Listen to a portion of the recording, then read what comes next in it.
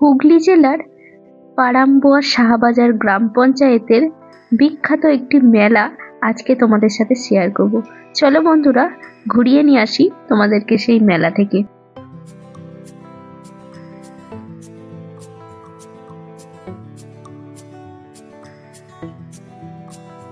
সন্ধ্যাবেলা রেডি হয়ে বেরিয়ে পড়লাম মেলার উদ্দেশ্যে। আমাদের বাড়ি থেকে 10 মিনিট লাগে বাইকে। প্রথমেই ঢোকার মুখেই দেখো রয়েছে কাঠের জিনিসপত্র। তো এখানে এরা কাঠ টাঠ নিয়ে এসে তৈরি করছে, তৈরি করে বিক্রি করছে।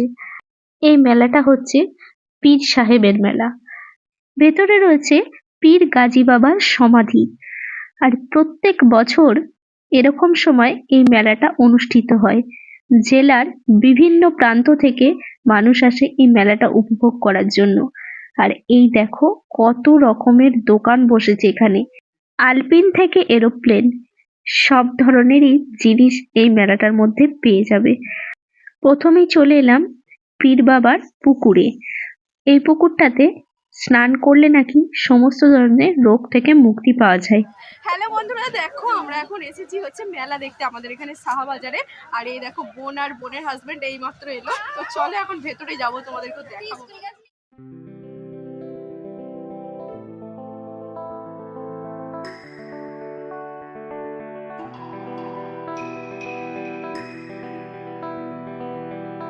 চলে এলাম পীর বাবার দরগার কাছে।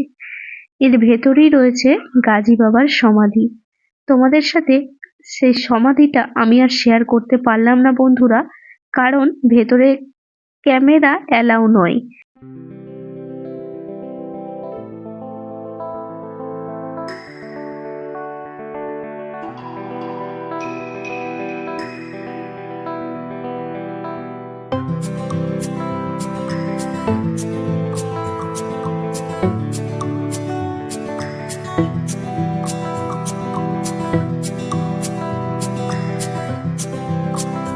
এখানে শাকালু, কুল, আলু, কমলা লেবু এগুলো পাওয়া যায়।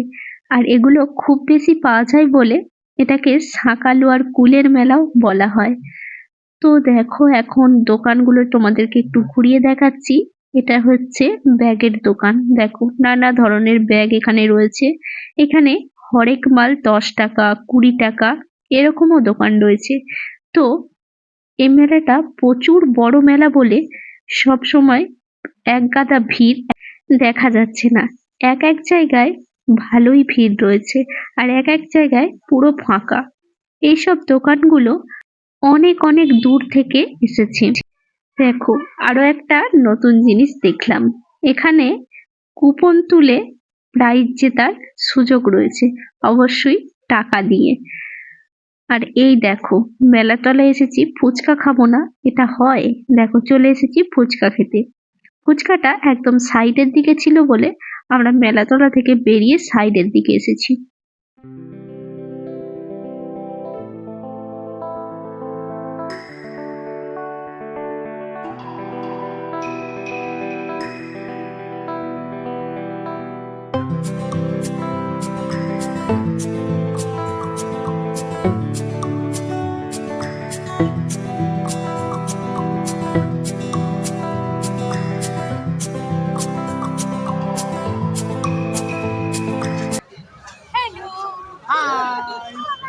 এটা হচ্ছে শাহবাজারের ঐতিহ্যবাহী পীর বাবার মেলা, ঠিক আছে? তোমরা যদি কোনোদিন সময় সুযোগ পাও এই মেলাতে অবশ্যই আসবে। চলে এলাম মেলার ভিতর দিকে। দেখো এখানে কত সুন্দর খেলনার দোকান বসেছে। আর বোন একটা পুতুল দেখছিল। এই পুতুলটা খুব সুন্দর, বেশ ভালো লাগছিল দেখতে। তো চলো বন্ধুরা, পুতুলটা দেখে আরো ভেতর দিকে গেলাম। আরো অনেক ধরনের মেলা বসেছে, তো সেগুলো দেখার জন্য।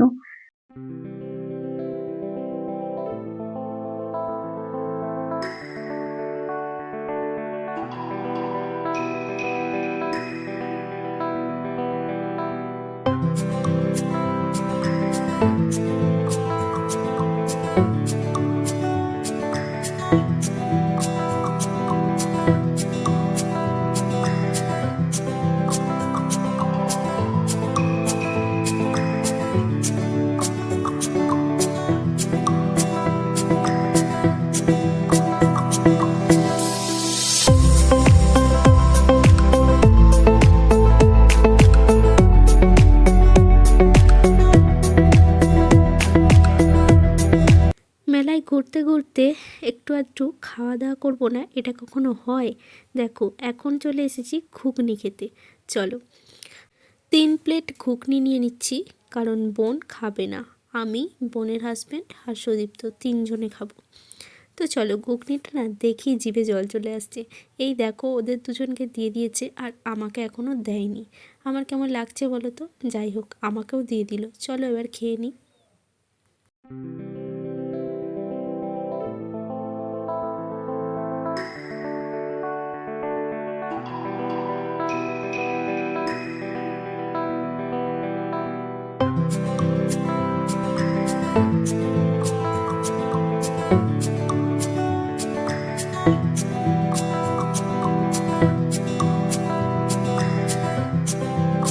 এই সাইডটা করে বসেছে ফাস্টফুডের দোকানগুলো, আর এই দেখো আমরাও খাবো বলে যাচ্ছি ফাস্টফুডের দোকানে।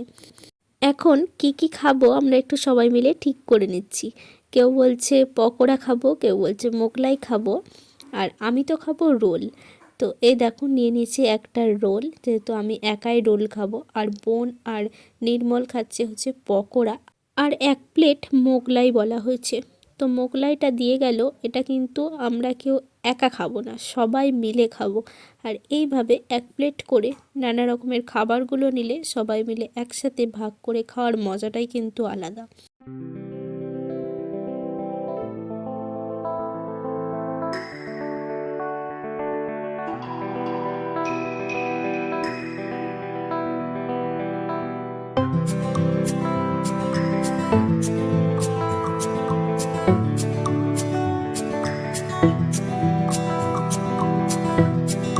খাবার দাবার শেষ করে চলে এলাম একটা দোকানে। দেখো এই প্লেটগুলো কি সুন্দর লাগছে, তাই না? দারুণ লাগছে দেখতে, বাট আমার খুব ইচ্ছা করছিল নিতে, কিন্তু এই প্লেটগুলো একসাথে একই রকম 6টা নিতে হবে, বাট আমি একই রকম নিতে চাই না, আলাদা আলাদা এটা 3টে ওটা 3টে নিতে চাই, কিন্তু হলো না, সেই জন্য আর নিলাম না। চলে এলাম জিলাপির দোকানে।